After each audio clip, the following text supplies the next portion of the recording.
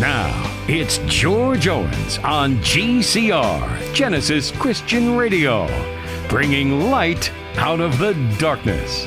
GCR, Genesis Christian Radio. The song that I'd like to sing tonight is a song, I suppose, that speaks about different years. It's a song that I've written specially for this evening. I only finished it off in America a couple of weeks ago. And I was thrilled tonight. I didn't know the message was going to be on the cross tonight, but it's lovely how the Lord has a way of working things. And this is a simple song, simply called "The Cross is Still There."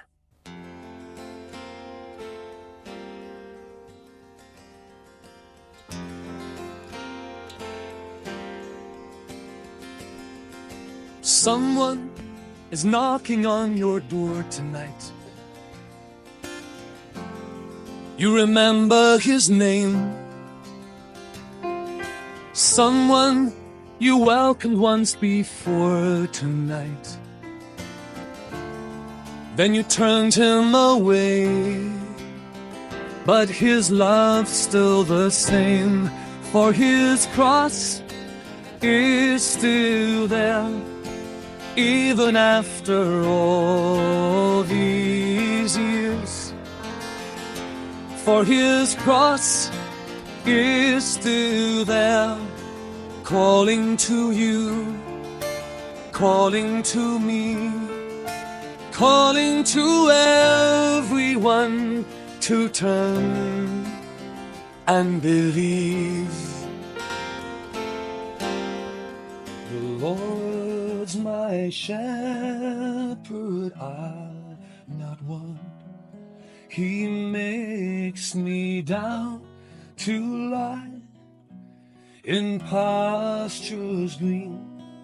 He leadeth me the quiet waters by. Somehow you'll work your purpose. Somehow, though we can't see, and Jesus will be our watchword, and out of the earth will come blessing from earth. Someday we'll hear the trumpet. Yes, we will. Someday we'll hear the sound.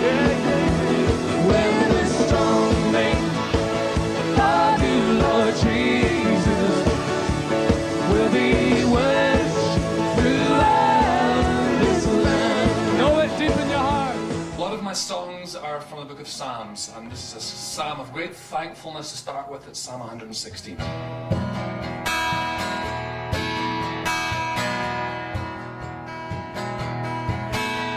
A prayer from the inner heart we bring to you, for deep unspoken cries are breaking through. For you love us like no other can, and you know us like no other can. We're asking for calm faith, we're asking for burning love, we're asking for bright hope and a deep compassion for souls. This is how it's gonna go. A faith story that I can tell, giving God the glory, and my brother's strength, Good. A faith story, return you today, with Jesus only, author of my faith. George Owens on Genesis Christian Radio, GCR, bringing light out of the darkness. It's George here on GCR, and TV and radio this morning. And I've got a guest with me this morning, Ian White. Ian, how are you doing, my friend? Well, I'm doing fine. As we were talking about earlier, George, the years take their toll a wee bit. I've got my 68th birthday coming up, but I just feel really thankful. I can't believe I went full time in 1985, and I've been doing, the guitar's been in my hand every day since then. Of course, it's a long time. But Ian, we go back so many years as well. But okay, Ian, let's go right back then to the very start, where the Lord really called you to ministry. He didn't give you a church as such, but he gave you a ministry of music to take to the people. Yeah, can you tell us about that? Yeah, I had, I'd been doing music really since I was 15 years old, and I came to Christ at university and then did a wee bit of music. I was out on the road with an evangelist who's an old man, even older than us now, George, Dave Pope. I was out on the road with him, and then got very kind of serious about the church stuff and thought, I'm going to apply to Church of Scotland. I'm going to go back there, and surely the most serious thing to do is to do parish ministry. Surely music wouldn't be. It was a strange time, and yet God just had plans for me in music. And there was one weekend during my second year, during that divinity degree, I just had an experience of the Lord, and I opened the book of Psalms, started writing tunes to the Psalms, and it just led to wherever I sang them in Aberdeen. It was just like a buzz. One of the things they always say in music, in general, in the secular musical world, is if a scout is looking for a band or something, they always say, what are they doing locally? You could maybe even say the same for churches or pastors, George. You say, it's all very well going on and making a big shout saying, I'm going to do this and this. But you say, well, okay, let's go back. Let's see what he's actually doing. Let's see what this guy's doing locally. If you'd come to Aberdeen in 1983, it was a buzz. I was playing and the halls were packed because there was a kind of local buzz about this is new, this is fresh. By the time I finished my degree at the end of 84, I just was convinced that was what I was to do. And that's what I did. Excellent. And, Ian, because of that, and, there's been people blessed all over the world because of your influence there in the Psalms. And I can barely pick up my Bible now and read a psalm without actually starting to sing. The whole thing, and that's the influence you've had. It's been tremendous. I have that. It's a lovely blessing. I have it even to this day. I have people say that probably most weeks. It's quite a touching thing. Yeah, it's true. You've been involved in your own ministry. I don't know how many albums have you recorded. Well, it's too many. 20, but 20. But not all of them were big successes. The Psalms to this day still outstrip everything, and it's a strange thing the way that media goes. And we were at the end of. You remember the cassette era, and then we saw the beginning of the CD era.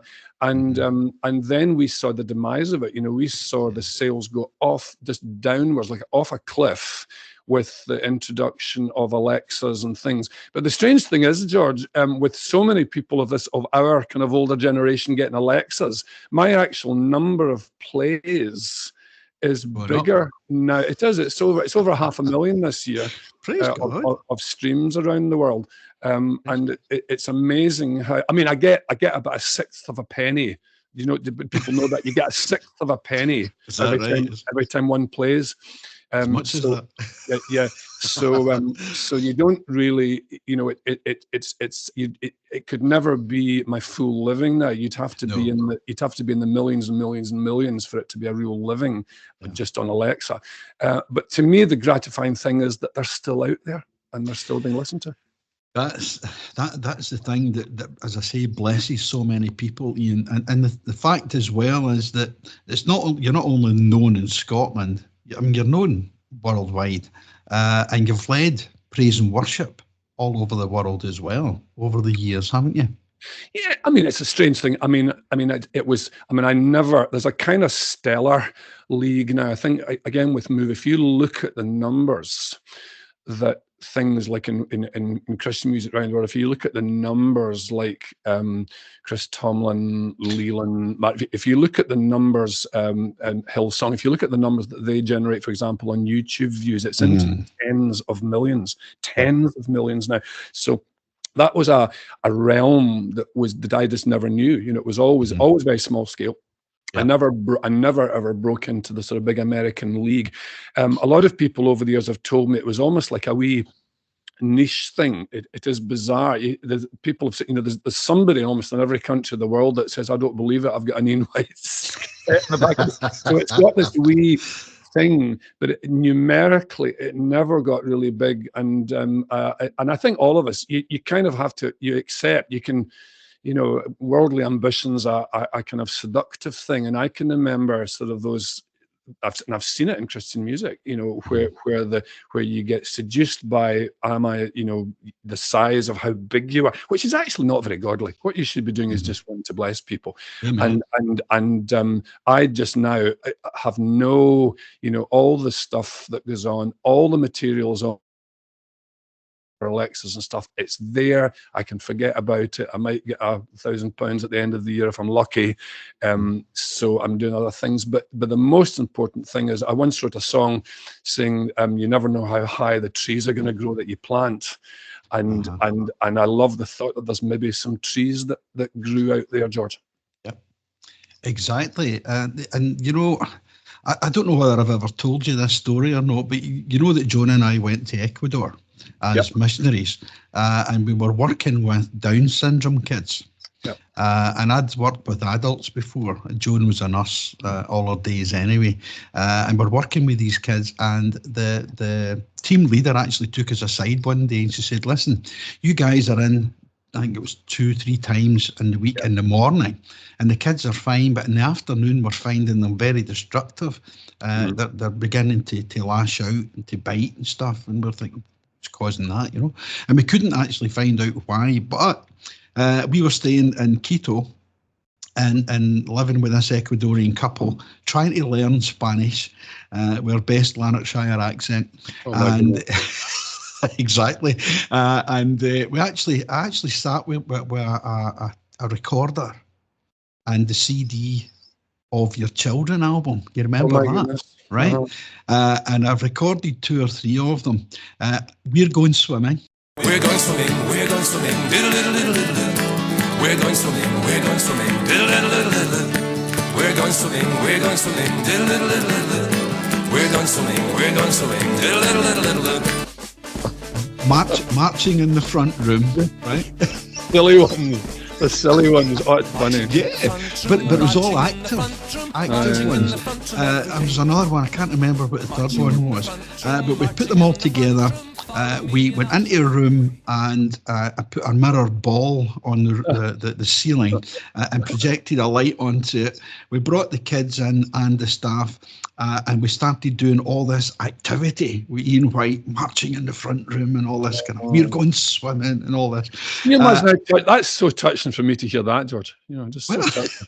Well, it gets better because the thing is, then we went from that to lowering the lighting, projecting onto the mirror ball, and actually playing some really lovely praise and worship music. And these kids were so relaxed. Some of them actually fell asleep. Some of the staff fell asleep. And then we just left them to come round on their own. And they found, I wouldn't be surprised, Ian, if they're still using that technique yet in that place. But we were away.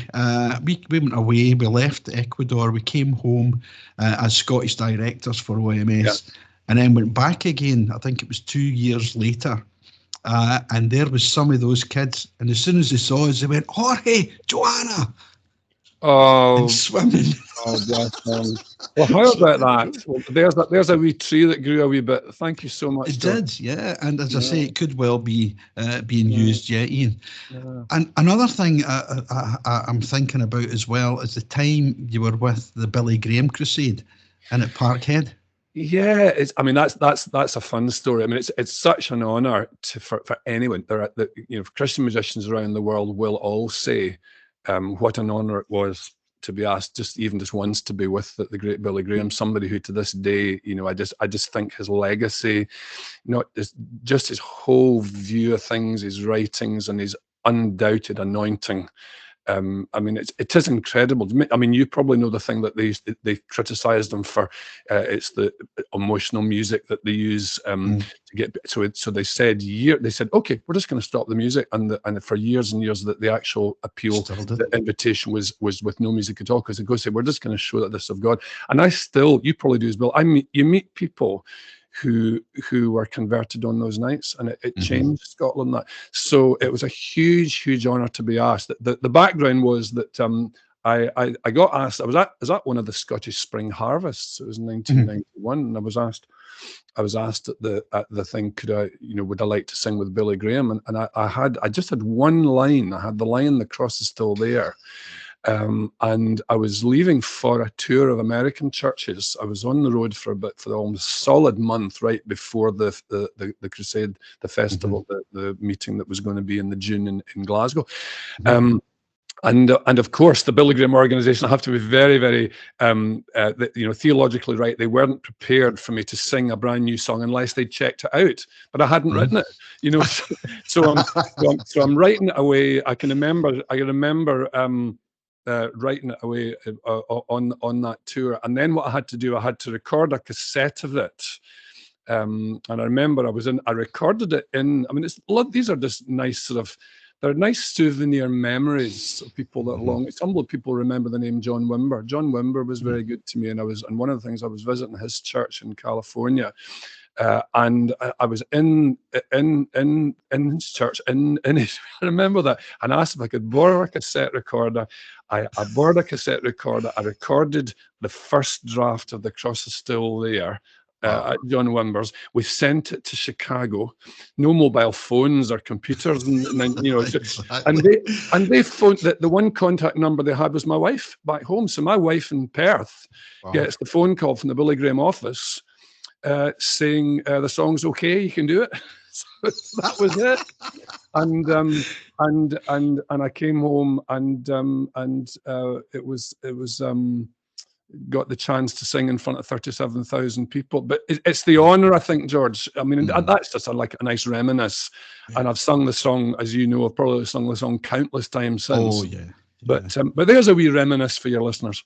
It sure is. Here's another one for me, actually, because I remember going way back when the Lord spoke to Joan and I to take the music to the youngsters, and from that was born the Gospel Roadshow. Yeah. And I remember actually being in church. I was in Law Parish Church at that time, the Church of Scotland, and I was speaking to one of the elders, and I said, "Do you happen to have Ian White's phone number?" He says, "I have." He says, "But you'll never get him. You'll never get him." He says, "The phone rings out. I don't know how many times I've phoned." Oh, bless. So the thing was, though, the very first attempt, and you answered the phone. And I said, "Is that you, Ian?" You said, "Yeah." And I explained who I was, what we were doing. But we're actually going up to Lossiemouth and a 3-week tour, basically, of Scotland. And I said, "We're going to be coming through Perth on such a date." And you graciously said, "Brilliant, because I've got a wee concert on that night." I don't remember any of this. Do you not remember that? Well, you don't, it's lovely. It's nice to hear things like that. But the thing was, you said, "I've got a wee concert on." And I said, "Oh, that's fine." He said, "You said, what I'll do is I'll invite you up onto the stage and you can tell everybody what the Lord's doing." And I said, "Brilliant." I'm expecting a wee back room. And it was Perth Town Hall. My knees were knocking getting onto that platform. Isn't that funny? Not funny. Yeah. But, from that day on, we were always out and about, and we were either just behind you, or just in front of you, in the Oh. kind of circuit, if you like. Aye. Oh, that's And funny. That reminds me, actually, people often, in any era of gospel music, I mean, there's so many young Christian musicians now, I don't know half their names, but in our day, in our days, there were names like, I was kind of on the road with, there were people like Dave Bilbrough, Noel Edmonds, no, Richard, Adrian Snell, and all these people, and people used to say, "Do you know those people? Do you know?" And I said, "Well, I know their names, but we never meet because I'm always at a hall where they say we had Noel Richards here last week. You never meet." Well, that is so true as well. That is so true as well.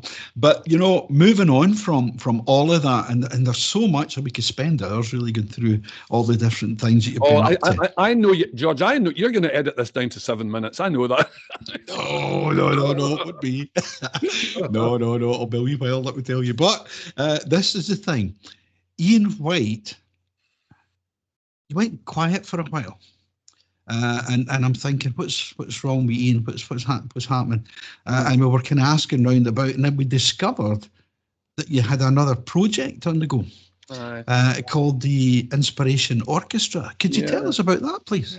Well, it's strange when you say it went quiet. It wasn't really my choice, and I think none of us are in control of anybody, whether it's preaching ministry or music ministry. You are there. You're kind of primarily a serving God, but you're serving the people. You're a servant of.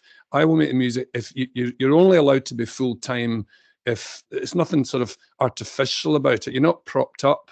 Yeah. You have to. If people buy the CDs and invite you to sing, then that's what you have. And as you said, I was busy. I think my record show, it was something. There was a 15-year period, George, where you're speaking about not being able to get me. I think I was booked 14 months ahead for 15 years. That was a sort of sweet spot in the middle of that. It was a very, very busy time, and I was very blessed, traveling all the time. And then, really, I think combination of media changes, the demise of CD, the explosion of new waves of stuff, which is natural and good. The explosion of Bethel, Chris Tomlin, blah blah blah, all those things, and we became the older era. We'd kind of had our day in a kind of way, and it really went off a cliff. Really, just all the invitations, and Carol and I. Rather than it went quiet, not because we were because I was tired of singing. No. But it was, and I'm going to have to say, the phone is not ringing, the engagements aren't there. This must be the time. And the story of the orchestra was really just, it was lovely. It was a quieter time. My own local church, just a local Presbyterian church, was very, very good to me, and they said, "Well, come in with us. Just sort of use your skills with us." And during that quiet time, still doing the odd wee trip and things, but I ended up just going into parish church and said, "Well, how could I serve you musically?" And one of the places in the parish is an institution for highly disabled people. And George, it was like a light bulb coming on with me. I can only describe it as it's like God had to put it there, because I hadn't had any experience of disability in my family or anything, and it can be quite an awkward thing.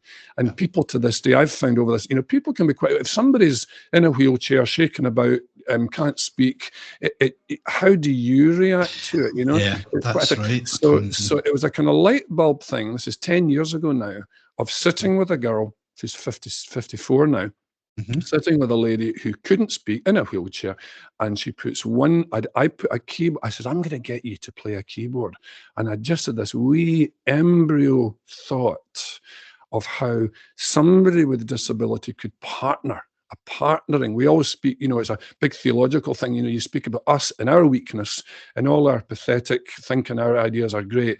We get to partner with God, and things all around the world. You'll know this, George. Wonderful works go on because ordinary men and women are willing to partner with God, and God uses them in their weakness. And you know this, back to front. So there's a kind of extension of that when someone with a very weak body gets to partner, even with someone with a kind of professional music ability like me. So they were almost partnering with it. It sounded good, and straight away they were going, oh my goodness, we're part of this, you know, and I'm singing. And it was almost like my ability to sing and play well. I don't know if you're getting that, George. My ability to sing and play well was kind of the gift to them and the partnering of it. That's what So, comes across, Ian. do you know what I mean? So Yes. I'm saying, I have this, God's given me this, but I want to share it with you. I want you to be part of this. And that was 10 years ago. And George, it's grown and grown and grown. And long may it continue to grow. You know, I've never, as I said to you earlier, just when we were speaking before we came on, the very fact that I've never actually been to a full concert yet. And I'm really looking forward to it. We got so close to it, I remember, Ian, before lockdown. We were so close to getting you through to Carluke. And then, of course, everything was locked down and it didn't happen. But it will happen. We will get you out at some point. Well, I mean, I do a couple of these. I do support evenings where I sing some of my older songs, and I'm doing one down in Bishopbriggs on Easter Saturday. Yeah, Easter right, yeah. Saturday night. I'm down on that one, and I mean, it's been so exciting. We're up to 38 people now in the orchestra. I can never get them together. We've been a registered charity since 2016, Board of Trustees, and just in the last 3 months, we've taken on another paid assistant. And she's going to start, because that's the old, as you know, I mean, you and Joan are experienced with this kind of thing. You just have to make expansion plans. You just have to do it. The concerts are always quite small. I mean, last night I was playing and there were six people in the audience. No, not six players. We had about 40 in the audience. Yeah. So that the current series that I know that you're helping me promote here is, you know, we're doing 7 small concerts around the place with the different members getting to play. But I think from a spiritual point of view, I would just never have believed, George, how much of a blessing it would be and how it feels for Carol and I. Carol's my wife, by the way. Joe and I've got my Carol. We got married in 1980, so she suffered me that long. And the lovely thing is that she's totally behind this as well. And we just want to. I can honestly say that we this feeling. I just want to do this till I drop, George. I can understand that fully. You know, there is such. Again, so much I can understand there. There is such a residence of actually approaching people who we see as being different, whatever way, shape or form that may take, and people are hesitant and actually approach. What do you say? What do you do? And listen, they're just people the same as us. You have to do, and I mean, we are our generation's old. We're old enough to remember. If you think of the curve of how people have viewed disability. I saw a documentary on the people who campaigned for the coming into being of the Paralympics. And you would not, well, maybe you would believe, but I could not believe the resistance they met when they tried to say, imagine if people who wanted to do athletics but were disabled, if they wanted to be out in public, and the resistance they got, they said, hide them away. We don't want, they'll make a fool of them putting them out in public. There was a view of it. Even when you and I were wee boys, there was a view of like, I can remember my mum saying, that's a Mongol kid. And I'm walking through air and she's holding my hand tightly and she's saying, that's a wee Mongol. And the feeling of kind of like, almost, you know, that feeling of, remember the films, the word, which is such a shame, you know, the word asylum, the word is a place of refuge. But you remember the whole Hollywood thing of terrifying us with the wind and it's the asylum, you know, like this kind of horrible thing where people get locked away when, you know, and this whole, and if you think of where we've come to, you think of media now of how we have moved to, there are disabled people in politics, entertainment. We see them in comedy and music, and you know, with all the ills and all the things that older people can moan about, I think the thing that a great thing that a younger generation is better at is this acceptance of, so in a kind of way, we're kind of over time now, George. Do you know what I mean with that? Yeah, definitely. Now, you said you started off just with a wee keyboard.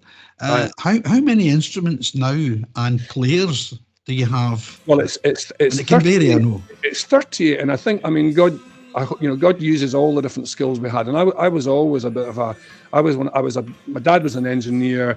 I grew up with bits of wood and bits of metal, made model airplanes, rebuilt an old motorbike when I was 15. I'm a good, I'm nothing, never have it, in a garage with the tools. I love all that. So how that comes in with the Inspiration Orchestra work is that I don't have to I can do most of the adaptation myself of instruments. So I kind of like to have a never say die, never say no attitude, no matter who comes to me.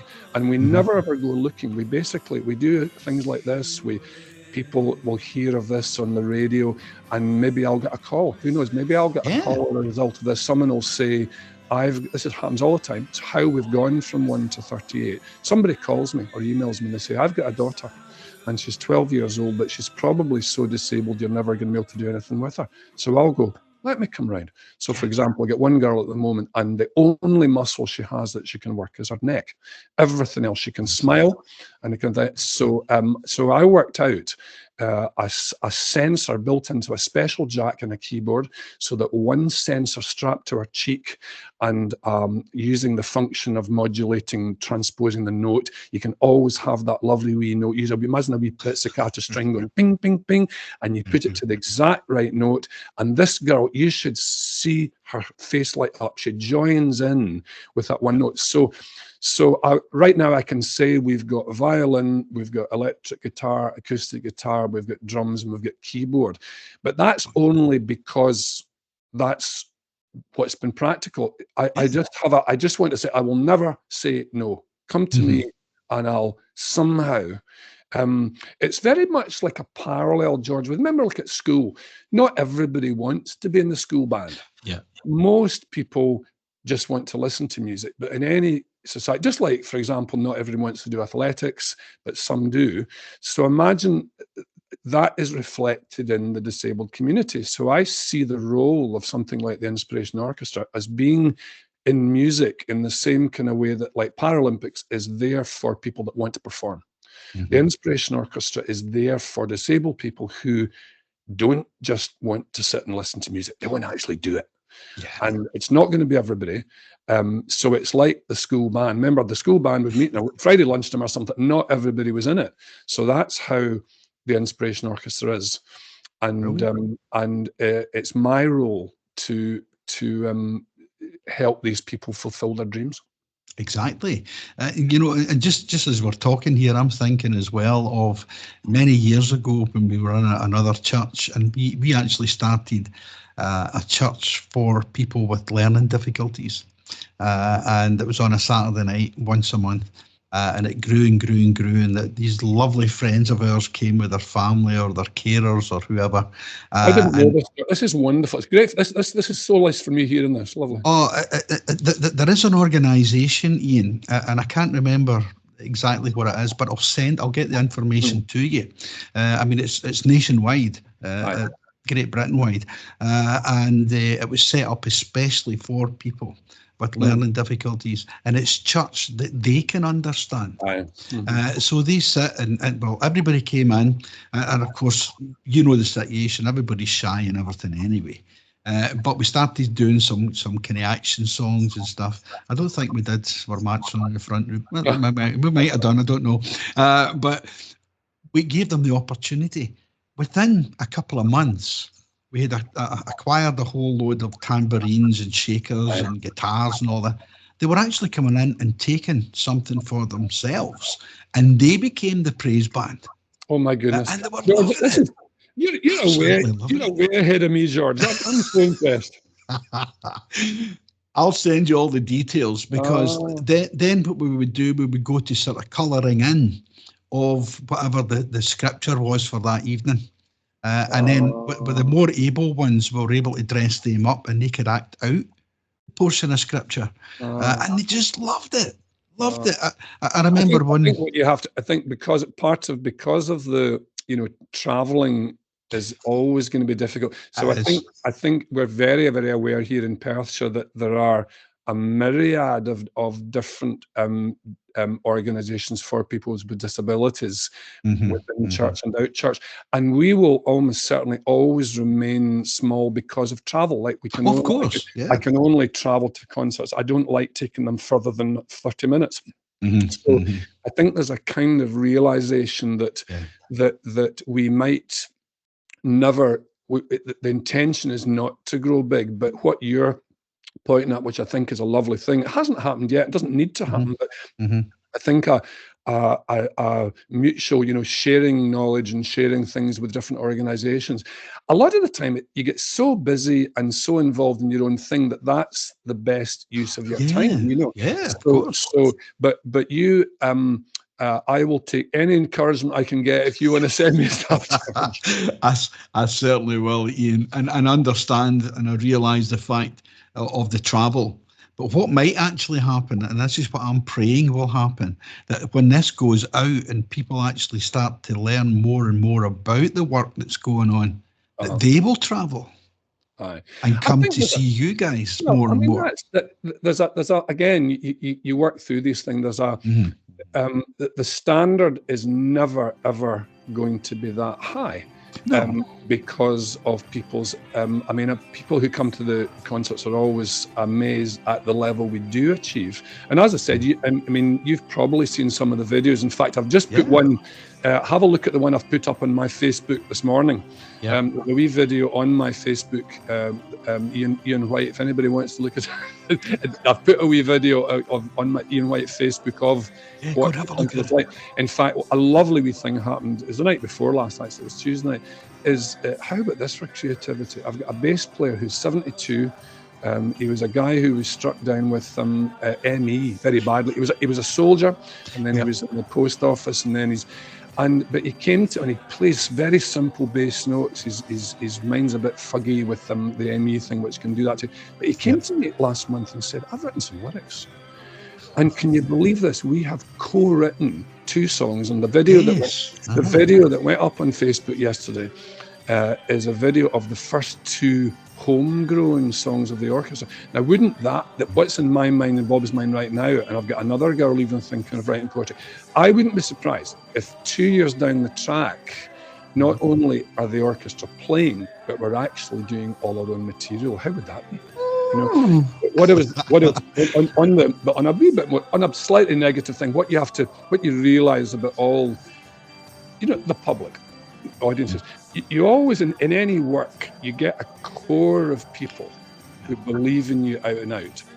But a wider public, when you start doing sort of, you put it out for public concerts, a wider public really, they want a standard and they want to come along. And what we found is that we have to accept in the orchestra that we're never going to be that good. And people will come and hear us once, but it doesn't build because they're, I'm trying to put this sensibly. I don't want to be, want to be fair to all the players. It's never. I have no aspirations for us playing to 1,000 people because we're never going to be very good. It's always, you always have to say, this is great for what it is. Now that's me. Of course, that's me speaking with the most love I can muster because I love them all to bits. But I don't want to pressure them in pretending we're something we're not. Does that make sense? It does make sense, Ian. Yeah, and I appreciate exactly what you're saying there. But there's the other side of the coin as well, where the people themselves who are participating are getting so much out of it that where a society would actually look and say, what can they add? And they're getting so much. And I think when an audience can actually see that and recognise that in the orchestra, that makes it so much larger than it ever can be. The reason I say that, I remember working with deaf-blind teenagers in Glasgow, and we took them down to a Christian outdoor centre, and we had them canoeing, we had them abseiling, we had them climbing up walls and up mountains and all this kind of, and we took them home back to the centre, and their parents were coming in, and they were what? Really? Yeah, but were they enjoying it? They were loving it. They were absolutely loving it. And the staff that was with us and the staff at the Christian Centre were just giving it, man, look at the enjoyment these guys are having. Honestly, And that becomes so... Honestly, George, what you and John have done, this interview's been an education for me. You should have your own, I hope you have your own very big fan club. It's fantastic. Behave yourself. Ian, a couple of things before we finish up. Could you give us a list of the dates of the Inspiration Orchestra, where they're going to be, and we'll get that included as well. Fantastic. Okay. Yes, I do encourage people, go and visit theinspirationorchestra.com, Yep. go to the events page. So the next one coming up is on Friday in the afternoon, this Friday afternoon, the 8th, 2 o'clock, we're in Upper Springland Institute on Isla Road in Perth. And then on Tuesday, the 12th, we're in Carnoustie Panbride Church in Carnoustie. Then on the Thursday, the 14th, we're in Comrie Parish Church, way out west. And then on Friday, this is me doing it right off the top of my head. It shows I can remember. And then Friday the 15th at 2 o'clock, another group is playing. It's an afternoon one, again in Upper Springland on Isla Road in Perth. And then moving on from that, we've got the 30th of March down in Bishop Briggs, the Free Church on Saturday night. And then on Sunday night, the Easter Sunday night, over in Broughty Ferry, we're doing the praise service. It's quite nice. We're actually doing We Are the Praise Band. Hallelujah. At Brook Church, Broughty Ferry, on Brook Street at 6:30 on Sunday night. That will be wonderful. And then later on, the last one, you can see how many we've got. On April 14th, I've got an evening in Edinburgh at Morningside United Church. So so there's Edinburgh, Perth and Glasgow all covered for you, George. Brilliant. The only place that's missing is Carluke, but we'll get you out there soon. There you go. We will, mate. Listen, it's been an absolute joy, Ian, having you with us, and breaking all this wonderful news. First heard and seen on. All right. Can I let me do one, George? I'm going to do one last wee plug. Yeah, sure. On the website, people will find May the 25th, Saturday, May the 25th, Red Letter Day. We were trying to work out how we could get all the 35 or so people together. We have got the use of a farm. It's actually got a broadcasting link. It was the farm from where? An old Radio 2 broadcaster called Desmond Carrington. I don't know if you ever remember, there was a guy called Desmond Carrington who on a Sunday night did an old 40s and 50s music program, and he did it from this farm. He's now passed on, the farm sold, and my friends have bought the farm. And they said, come and use it for a festival. We had 400 people there last year. We're going to have over 500, God willing, this year. Come to see us on May 25th. In Dunning, and you'll find results on the website. And I promise that's my last plug, George. Hey, listen, mate, we'd have you plugging all day, honestly. We just want to help as much as we can. I realise and understand the work that you're doing with the Lord. The Lord is leading and guiding through all of this. I know He is, and I know He'll bless, and I know where the Lord guides, He provides, and we've seen all that all the way through, and I know it's just going to get better and better and better. Well, I just thank you so much for your encouragement and for having me on. Thank you. It's been great. Thank you so much, dear friends. Ian White. Okay. God bless you, brother. Thank you so much.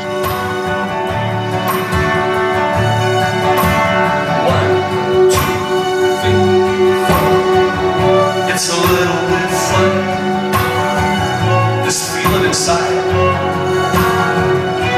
I'm not one of those you can easily hide.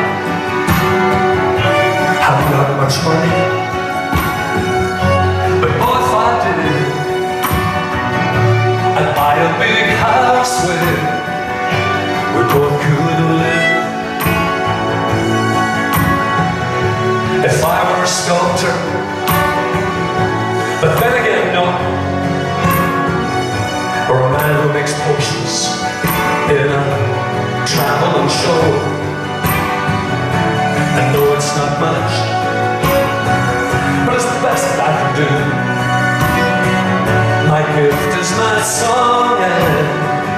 This one's for you.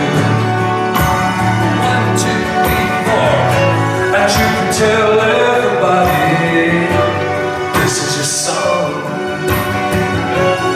It may be quite simple, but now that it's done, I hope you don't mind, I hope you don't mind that I put down in words how wonderful life is with you in the world. Why not download the free GCR app from Google Play Store or directly from the GCR website, genesischristianradio.org, or even listen on Alexa. Just say, Alexa, play GCR.